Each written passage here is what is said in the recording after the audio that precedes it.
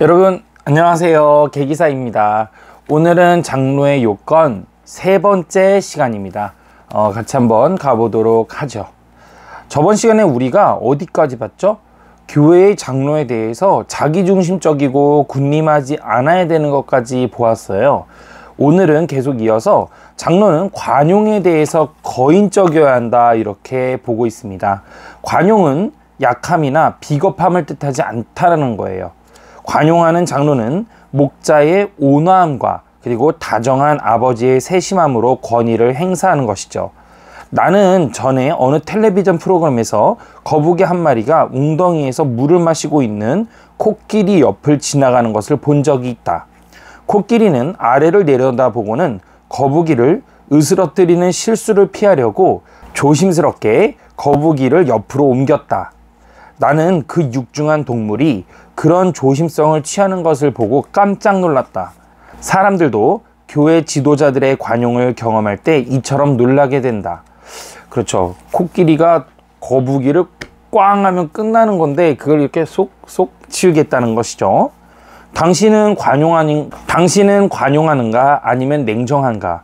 당신은 분쟁의 조정자인가 아니면 다툼을 시작하는 사람인가?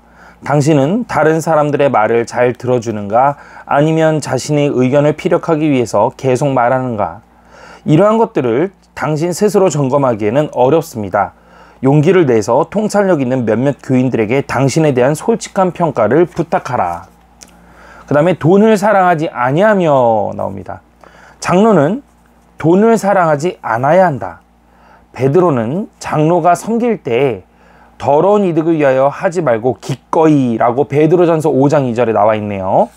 해야 한다고 말한다. 이 말씀은 부유해지고 잘 살기 위해서 자신의 사역을 이용하는 목사들을 신랄하게 질책한다.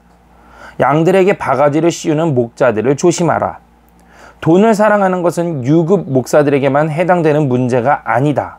돈을 벌기 위해서 살아가는 평신도 장로들은 회중을 보살피기 위한 시간과 힘을 쏟는데 어려움이 있다. 때로는 돈을 사랑하는 평신도 장로들이 자신의 헌금으로 교회를 조종하기도 한다. 그들은 교회 예산을 통제하여 자신이 특별한 관심을 갖고 있는 사역에만 지출을 돌릴 수 있다. 가령 예를 들어서 뭐 이런 거죠. 내가 돈을 많이 넣어. 헌금을 많이 해. 교회에다가. 그래서 돈이 많으니까 많이 하겠죠. 돈이 뭐 적은데 어떻게 많이 하겠습니까? 그러니까 돈이 많으니까 많이 하는데 이 장로님의 자녀가 중고등부야. 그러면 어떻게 하는 거야 이제? 중고등부에다 예산을 왕창 들리라고 교회에다가 압박을 넣는 거지 막. 이런 걸 얘기하는 거예요. 그죠?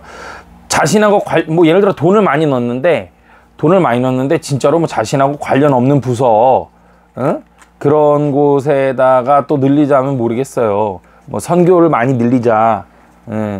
뭐 연약한 사람한테 좀 많이 이렇게 하자 이런 거면 모르겠는데 뭐 나랑 관련된 거 우리 아내가 뭐 여선교 뭐 이여선교에 있어 그럼 이여선교를 왕창 늘리자 뭐 이런 것들 아주 잘못된 것들이라고도 볼 수가 있겠죠. 그런 사심이 들어가 있다면 문제가 큰 거죠.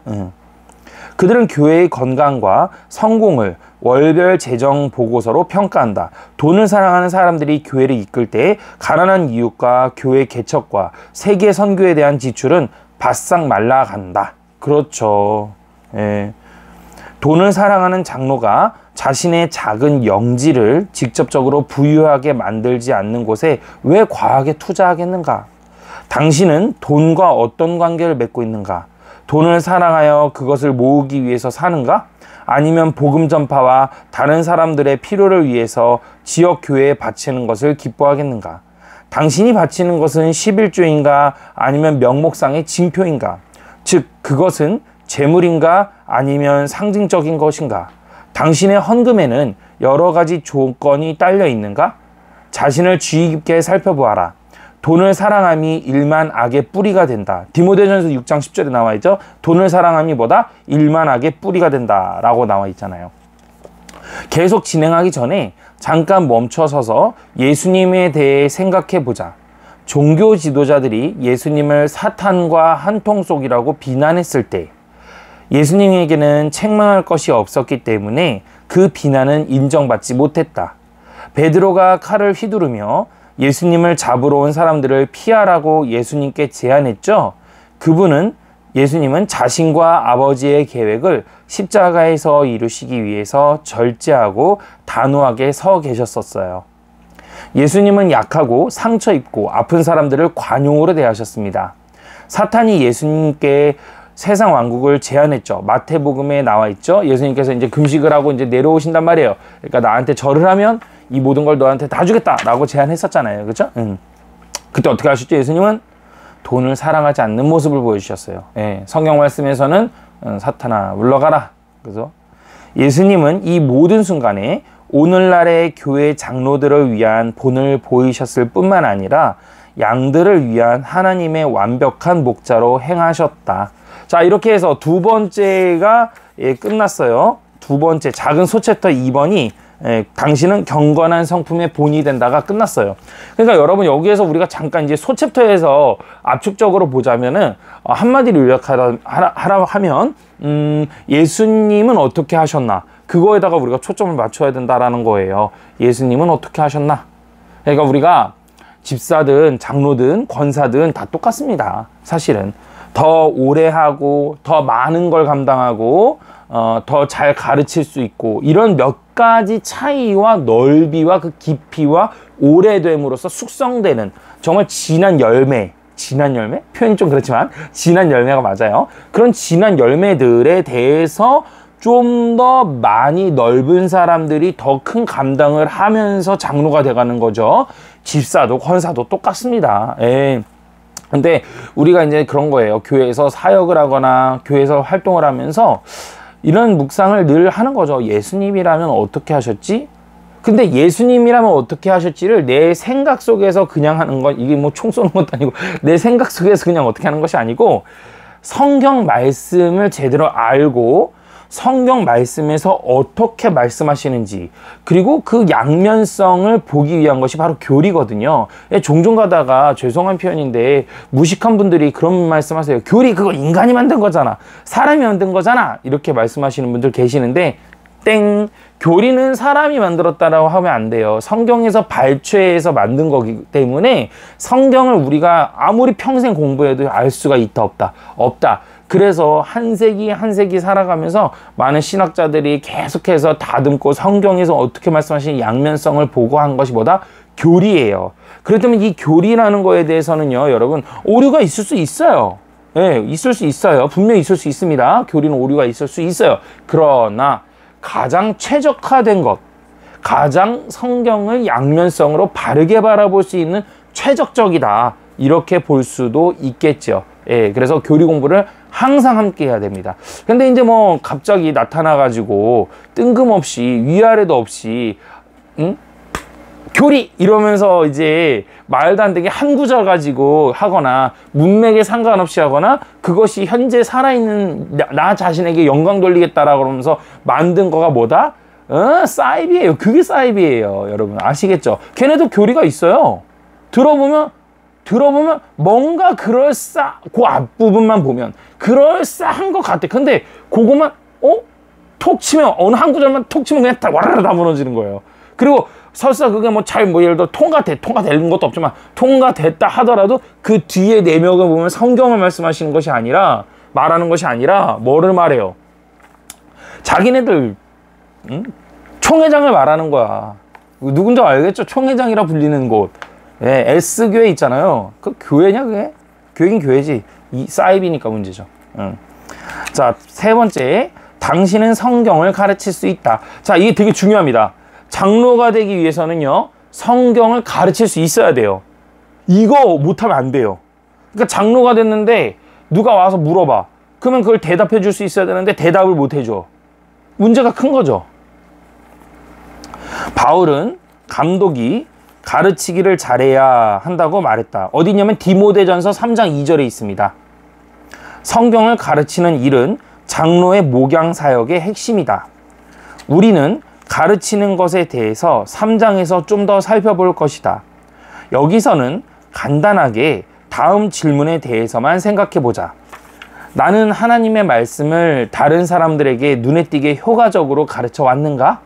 그러니까 장로가 되려면 어떻게 해야 돼요? 다른 사람들이 봐도 와, 저 사람 진짜 잘 가르친다. 와, 눈은 팍팍 튄다. 팍팍 귀 쏙쏙 들어와. 할 정도로 잘 가르쳐야 된다라는 거예요. 이해되세요? 설명을 잘해야 되는 거지, 그러니까. 근데 꼭 뭐 장로가 무조건 그러면 이게 이제 이 가르치는 거에 대해서 타고타는 사람도 있거든. 아, 이 사람 진짜 잘 가르쳐. 근데 이 사람 아무래도 못 가르쳐. 근데 그 못 가르치는 거 하나 때문에, 못 가르치는 거 하나 때문에, 발음이 좀 이상했어요. 못 가르치는 거 하나 때문에 장로를 포기해야 되냐? 그럴 수는 없는 것이죠.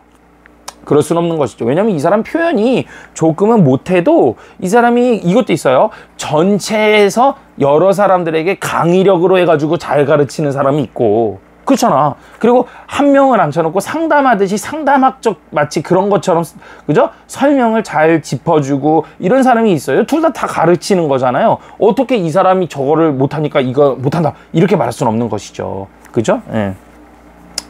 우리 교회의 장로들은 장로 후보자들에 대해서 수년간 논의했다. 수년간 이제 고민한 거예요. 장로 후보를 어떻게 볼 것인지. 때로는 신자로서 수년 동안 신실한 교인이었던 한 사람을 추천한다. 우리는 그 사람의 경건과 행복한 결혼 생활에 대해 이야기한다.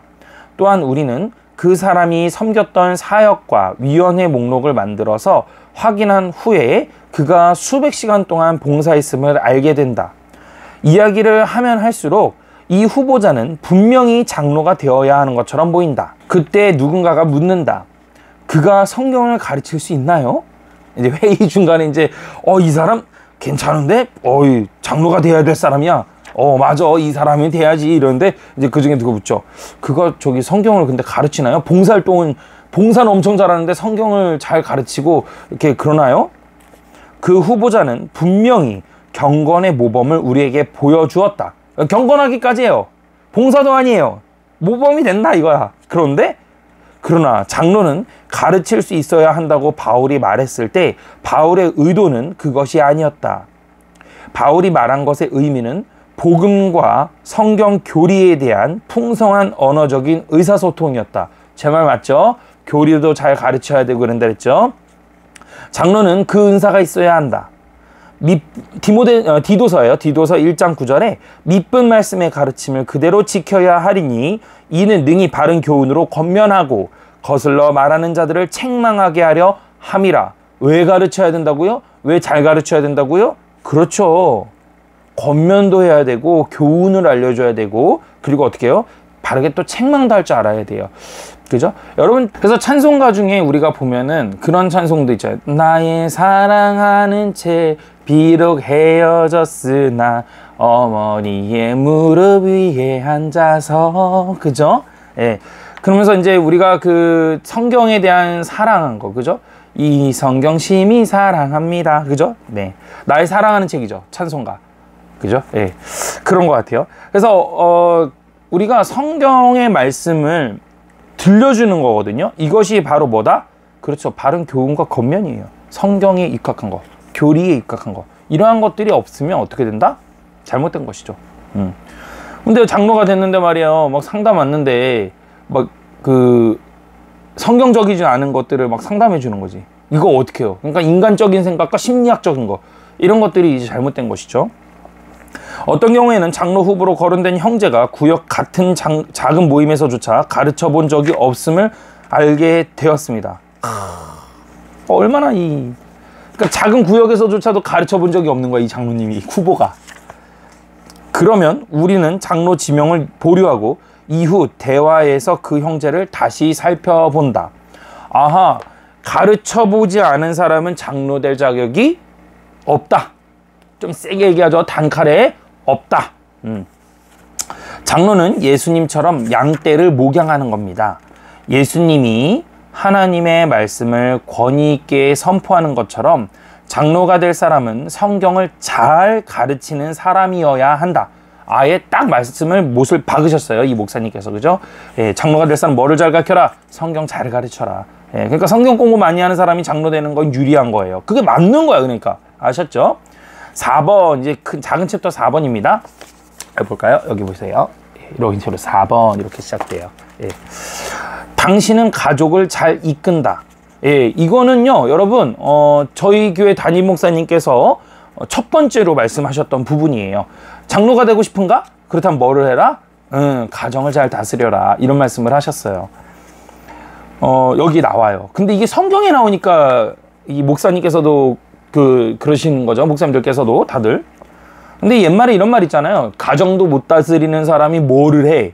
특히 정치하는 사람들이 그런 얘기 많이 하잖아요.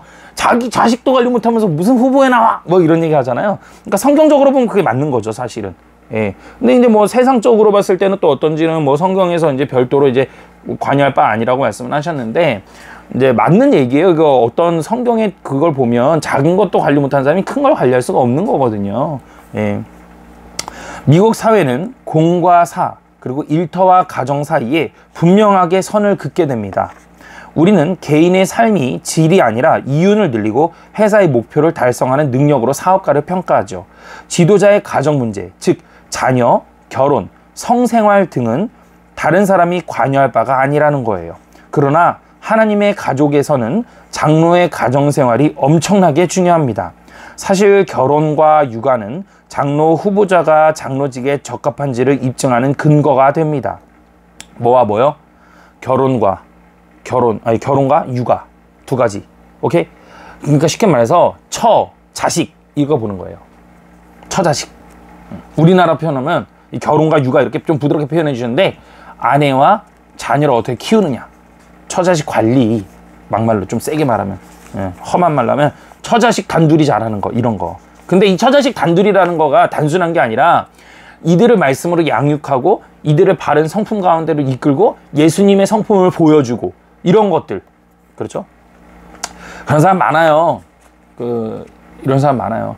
우리 아버지 교회에서는 장로지 집에 가면 쓰레기야. 이게 얼마나 이 가슴 아픈 얘기니. 그죠? 우리 아버지 집에서도 정말 열심히셔. 우리 아버지 집에서도 모범적이셔. 우리 아버지 보면 내가 정말 부끄러워. 우리 아버지 보면 예수님 같아. 이런 말이 나와야 돼요, 교회에서. 근데 우리 아버지 교회에서 장로지, 집에 가봐라. 엄마하고 맨날 싸운다. 우리 엄마 교회 권사? 에이고 집에 가봐라. 이런 얘기 나오면 우리 엄마가 무슨 신자야. 이런 말 나오면 끝나는 거예요, 여러분. 그거 오서감 칠 거야. 가정이라는 곳은 애초에 나갔다가 들어와서 쉬는 곳이에요. 근데 그런 곳에서부터조차 이미 게임 아웃된 거잖아요. 큰 문제죠. 그의 가정 리더십을 세 가지 면에서 점검해서 교회 리더십에 적합한지로 고려해보자. 장로는 다음과 같아야 된다. 이제 풀어주네요. 첫 번째, 한 여자의 남자여야 한다.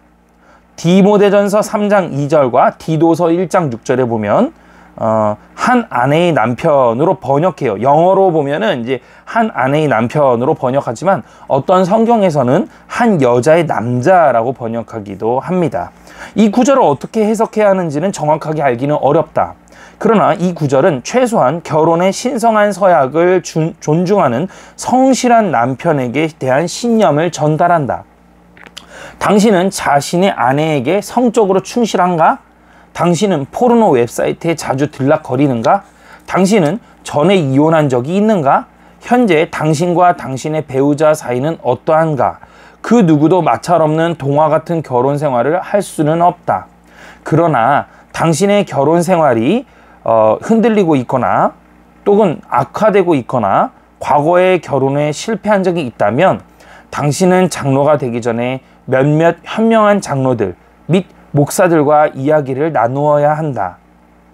당신이 그리스도의 신부를 돌보기 원한다면 자신의 신부를 어떻게 대하는지가 매우 중요하다.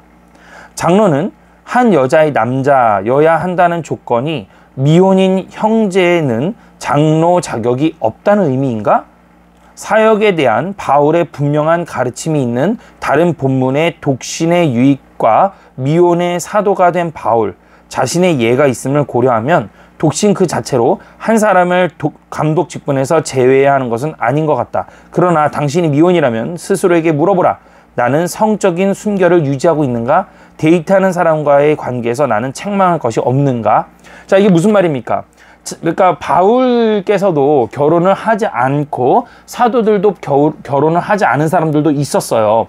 그러한 면에서 볼 때 꼭 장로는 결혼해야 되나? 라는 부분을 열어둘 수는 있겠죠. 그런데 그러한 부분에 있어서 어떤 부분, 성적인 부분에 있어서 좌절되지 않아야 된다는 거예요. 사도들은 성적인 부분에 있어서 좌절되거나 이러한 것들이 내용에는 없어요. 그렇죠? 그런데 장로가 되어가지고, 장로가 사도는 아니거든요. 그러나 사도의 본받을 부분들은 분명히 있고 따라가야 되는 부분은 맞잖아요. 그러한 과정에서 성적으로 무너질 것 같다. 그래서 바울은 뭐라고 장려합니까? 적극적으로 결혼을 장려하죠. 그죠? 결혼을 적극적으로 장려해요. 실질적인 아버지예요. 경영기술은 장로에게 아주 중요하다. 감독은 감독이라는 호칭에 함축된 리더십 능력이 있어야 한다. 그러나 우리는 보통 경영을 종업원 및 정책, 그리고 재정 및 전략적인 계획과 연결시킨다. 바울이 마음에 둔 다른 경영 장소는 바로 자녀와 가정이다. 장로는 다음과 같아야 한다. 자기 집을 잘 다스려 자기들로 모든 공손함으로 복종하게 하는 자여야 한다. 디모데전서 3장 4절에서 5절이에요. 당신은 아버지와 장로의 유사성을 알고 있는가? 두 경우 모두 한 사람이 리더십 역할을 맡는다. 또 장로는 모두 자신의 보호 아래 있는 사람들이 자라나고 함께 조화롭게 살도록 도와줄 주요한 책임이 있다. 자녀 양육과 장로의 일을 하는 것은 모두 한 공동체 내의 사람들을 성숙함으로 인도하는 것과 관련된다. 먼저 당신의 가족을 목양함으로써 하나님의 가족을 목양하는 법을 배우라. 당신의 자녀들은 예의가 바른가? 아니면 통제 불가능한가? 당신은 자녀들을 하나님의 말씀과 복음으로 가르치고 있는가? 아니면 당신의 지나친 엄격함이나 부족한 개입 때문에 자녀들이 노여워하고 있는가? 당신의 가정 분위기는 전반적으로 따뜻하고 질서가 있는가? 아니면 가시가 돋쳐있고 혼란스러운가? 그러니까 여러분 이런 걸 아셔야 돼요. 그 자녀가, 애가 교회에서 예의가 없어요. 소위 뭐 인의예지, 싸가지가 없고, 네 가지라 그러잖아요. 인의예지, 인성이 없고 예의도 없고, 뭐 불경건하고 불순종적이고 인사성 없고, 이게 다 예의에 들어가는 거니까.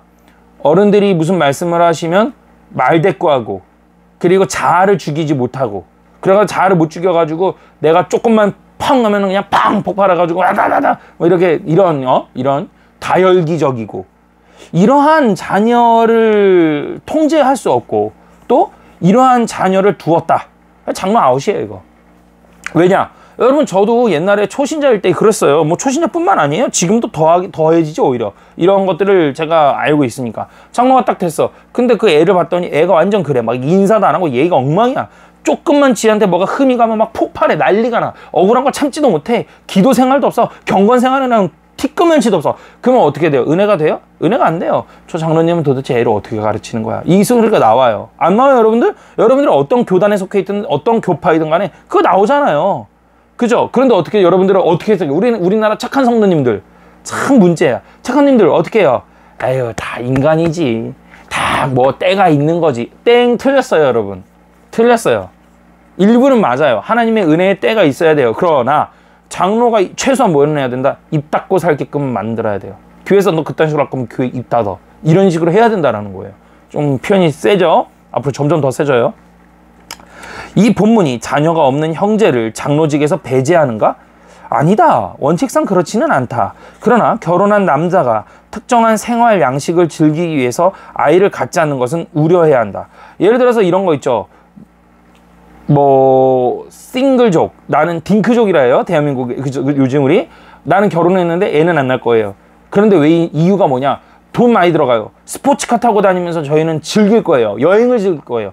이런 거는 아주 장로 자격에서 미달되죠. 왜? 첫 번째, 생육하고 번성하여 땅에 충만하라는 말씀에 있어가지고 조건을 어겼고, 두 번째로는 청렴한 생활을 어긴 거죠. 예, 사치스러운 거. 예? 내 와이프한테는 명품백 사주고 나는 스포츠카 타면서 내 자녀를 양육하고 이러는 어떤 그런 십자가는 외면하려고 하잖아요. 자녀를 가르치고 양육하는 거는 외면하려고 하잖아요. 이런 거는 장로의 요건에 애초에 그냥 올라올 수도 없어야 돼요. 그리고 그러한 삶의 마인드가 과연 그 사람이 장로의 요건이 되겠냐는 거지. 기본도 안 되는 거죠. 그죠? 바로 나오네요? 창세기 1장 28절 생육하고 번성하라는 결혼의 기본적인 명령을 지키지 못하는가? 그러나 어쩔 수 없는 이유로 아기가 없다면 그는 자기 삶에서 누군가를 예수님의 제자로 삼는 생산성을 보여주어야 한다. 저는 앞에 거를 기억도 못하고 첫 번째는요 이러면서 여기 생육하고 번성하는 거 얘기했는데 바로 나왔어요. 예, 바로 나왔어요. 그죠? 예. 생산성을 보여줘야 돼요. 그러니까 여러분 많이 낳아야 돼요. 최대한 주신 대로 낳아야 됩니다. 그리고 주신 대로 낳아야 되고, 만약에 내가 너무 힘들어, 많이 애가 많아서. 근데 여러분 제가 이제 저도 애기를 낳아봤지만, 저도 이래봬도 애 아빠입니다. 자, 애 아빠지만 하나님이 먹고 살게끔 다 해주세요. 애기들 다 키우시더라고요. 그러니까 저도 제가 그런 믿음은 있었어요. 하나님, 제가 자녀를 낳으면 아기를, 제가 이제 사업을 해요. 프리랜서 사업을 해요. 그러다 보니까 소득이 불규칙해요. 아내는 소득은 규칙적인 직장 생활을 해주지만 아기를 낳게 되면 휴직이 들어가잖아요. 그죠? 그러면 아기를 어떻게 키우지? 점점점 돈 어떡하지? 막 이런 걱정이 들죠. 인간적으로. 그죠? 근데 기도하기를 하나님께, 하나님 낳게 되면 하나님 다 채워주세요 라고 기도를 했어요. 그랬더니 실제로 하나님께서 다 채워주셨어요. 여기 옆에 지금 뭐가 있냐면 아기 침대가 있어요. 애기 침대 없이 사는 사람 많죠? 저 애기 침대 산 거 아니에요. 받은 거예요. 그 외에도 정말 많아요. 지금 어마어마한데 돈 들어온 거 별로 없어요. 다 주셨어요. 하나님께 다 채워주셨고요. 카시트도 심지어 다 주셨어요. 예. 2개나 있어요. 유모차도 주셨고요. 다 주셨어요. 없는 게 없어요. 이렇게 하나님 다 채우세요. 돌고 돌게끔 해서 주고 서로 이렇게끔. 또 한 번은 다 받았어요. 예, 다 받았는데 또 기도했어요. 하나님, 반복되는 것만 계속 들어옵니다. 없는 거 주세요. 기저귀가 맨날 배달와. 요즘에는요. 낳고 나니까 기저귀 맨날 배달와. 교회 가족들도 힘드신 분들 정말 많으세요. 정말 마음이 너무너무, 저보다도 더 힘드신 분들 많은데, 이쁘다 그러면서 하나씩. 근데 되게 재밌는 게 뭐냐면 익명으로 보내주시더라. 몇 분은 알아요, 제가. 근데 근데 보내주신 누가 몇 개 보냈는지 몰라. 기저귀 보냈다 이렇게 말씀하세요. 감사해요 집사님, 너무 감사합니다. 근데 누가 몇 개 보냈는지 몰라. 보낼 때 이름을 다 우리 이름으로 보내. 시킨 사람이 우리야. 우리 이름. 그 누가 몇 개 보냈는지 몰라. 보냈다만 아는 거야. 이게 교회입니다, 여러분. 우리 교회 집사님들의 이게 성품이에요. 열매예요. 내가 보냈다라는 것까지만 이야기하고, 왜냐면 내 거 아니면 받으면 안 되잖아, 제가. 그러니까 보냈다는 얘기는 하는데 몇 개 보냈다고 얘기를 안 하는 거야. 왜? 누군가는 하나 보내고, 누군가는 3개 보내고, 누군가는 4개 보내고, 누군가는 2개 보내고, 다 다르잖아. 감춰버리는 거야. 이게 바른 교회예요. 이게 바른 훈련이에요, 여러분. 여러분들 교회에서 내가 베풀면서 나 이거 했다라고 말하는 그러한 것들 나오지 않게 하십시오. 말하면서 제가 부끄럽네요. 저는 아직도 그런 게 조금 남아있을까 봐. 행여나 내가 나올까 봐. 예. 여러분 좋은 교회 다니십시오. 예. 이해되셨죠, 여러분? 여러분들이 이거 베푸실 때 그러한 베품으로 여러분들이 다가가십시오. 예. 나그네 대접 마지막 챕터입니다. 바울은 감독이 디모데전서 3장 2절과 디도서 1장 8절에 나그네를 대접해야 한다고 2번이나 명령했다. 이 부분에 대해서는 저번에 앞 시간에서 제가 이야기를 했어요. 그죠? 예, 이 책을 얘기하면서 서울 합정동에 있는 예수가족교회 백금사 목사님께서 그렇게 하셨다라면서 양복을 벗어주고 초대해서 따뜻한 밥을 바로 지어서 새롭게 하고, 그죠? 그러면서 저에 대한 이야기도 부끄럽지만 과거에 했죠. 저에게 그러면서 여러분들께도 말씀드렸죠. 여러분들께도 노숙자가 기회가 온다. 오거들랑 여러분들 바로 그렇게 해야 된다 라고 말씀드렸어요. 저는 제가 이제 독립해서 가장이 되었습니다. 저는 아내와 자식에게 그렇게 가르칠 것이고, 만약에 저에게 한 번 더 기회가 온다면, 여러분 기회가 온다라는 표현이었어요. 예, 저에게 그런 재수없는 일이, 그런 안 된 일이, 그렇게 내 돈 나가는 일이, 이게 아니에요. 여러분 개념 자체를 바꾸세요. 여러분 나그네를 대접하라. 어렵고 연약하고 이런 사람들이 나에게는 올 때는 하나님의 섭리 안에서 주님께서 보내주시는 거예요. 여러분 그거를 마땅히 기쁨과 감사함으로, 그리고 나의 신앙을 하나님께 내가 한 번 더 점검받고 평가받을 수 있는 행위로서 나타낼 수 있는 그런 기회다 이거예요. 여러분 감사함으로 겸손하게, 응? 내가 하나님께서 조금 더 주셨으니까 이상 없는 사람 나눌 수 있는 그런 감사함으로, 응? 그런 나눔으로써 뿌듯하고 감사, 이게 나오는 거예요. 여러분 아셨어요? 그런 기회가 와야 된다는 거예요. 여러분 그러한 사람들이 생겨났을 때, 또 당신네 집에 저녁 식사를 하러 당신의 집에 와서 무엇을 보는가? 물론 그들의 흠없는 가족을 보지는 못할 것이다. 그러나 손님들이 당신과 당신의 아내 사이에 어조와 무언가의 신호에서 따뜻함과 서로에 대한 존중함을 감지하는가? 당신과 당신의 아이들 사이는 어떠한가? 손님들은 당신에게 순종하는 아이들을 보는가? 또 아이들이 불순종할 때 당신이 적절하게 대응하는 모습을 보는가? 만약 당신의 집이 교회라면 손님들이 한 번 더 방문하고 싶겠는가? 우리가 교회라면 가정이 교회가 되어야 되는 거예요. 그렇다면 손님이 계속해서 방문하고 싶어야 된다는 거죠. 여러분, 사람들은 알아요. 가정의 기운이라고 그러죠. 여러분들도 아시잖아요. 방문했을 때 그 가정이, 와, 이 가정은 정말 하나님의 은혜가 있는 가정이구나. 와, 정말 애틋하구나. 은혜가 있어서 풍성하구나. 말씀이 늘 살아있는 느낌을 알아. 벌써 딱 알아요. 근데 어느 가정 가면, 야, 이 가정 오늘 쇼드립하네 우리 왔다고. 야, 알아. 여러분 몰라요? 아시잖아요. 그런 거예요, 여러분. 오늘날 우리가 그러한 가정 만들기를 정말로 소망하는 바입니다. 기도하겠습니다. 하나님, 나라와 민족을 위해서 항상 기도하는 마음으로 교회의 장로를 가고 있습니다. 우리가 처자식이라 하죠. 아내와 자녀들, 처자식들 잘 관리하는 그런 훌륭한 장로들이 우후죽순 태어날 수 있도록 하나님 인도하여 주시고 이 땅을 복을 내려 주시옵소서. 산 제물로 예수님께서 대속하여 주셨으니 그 대속으로 우리는 이미 충분합니다. 우리에게 더욱더 큰 은혜를 허락하여 주시는 주님께 감사함으로 나가게 하시고 나그네를 대접하게 하시고 성에 무너지지 않게 주님 인도하여 주시고 가정을 잘 다스림으로 말미암아 물질을 사랑하지 아니하며 베푸는 그러한 장로 되게 하여 주시옵소서. 무엇보다도 제일 중요한 것은 하나님의 말씀을 주야로 묵상하면서 분별하면서 사리분별하여서 바른 징계와 권면과 온유함의 사랑으로서 많은 양떼들을 이끌고 갈 수 있는 장로들이 건강한 교회의 표징이 되게 하시고 그러한 교회들만 부흥시켜 주시옵소서. 그리하여서 먼 훗날 이 땅에 다시금 새 물결의 부흥이 하나님이 이 땅에서 온전하게 있게 하시고 주님 오시는 그 신천지 새하늘과 새 땅 가운데에서 하나님 마라나타 주 예수님께서 가신 그대로 오신 모습을 보면서 엎드려서 그 경배하는 가운데 찬양하는 가운데 정말 12 장로들과 같이 정말 영광의 자리에 오를 수 있는 그런 사람들이 우후죽순 이 대한민국에 나타날 수 있도록 무너진 한국교회를 주님 다시금 축복하여 주시옵소서. 우리가 회개함으로써 실천할 수 있도록 교회들이 회개하게 하시고 이미 뽑혀진 장로님들이 회개하는 그러한 영들이 우리 가운데 있을 수 있도록 하나님 허락하여 주시옵소서. 이 방송을 보시는 분들이 조금이나마 직분에 있어서 반성하게 하시고 알아가게 하시고 무엇보다 이 방송을 이끌어가는 제가 많이 부족하오니 하나님 공부하는 저에게 먼저 제일 깨우쳐 주시옵소서.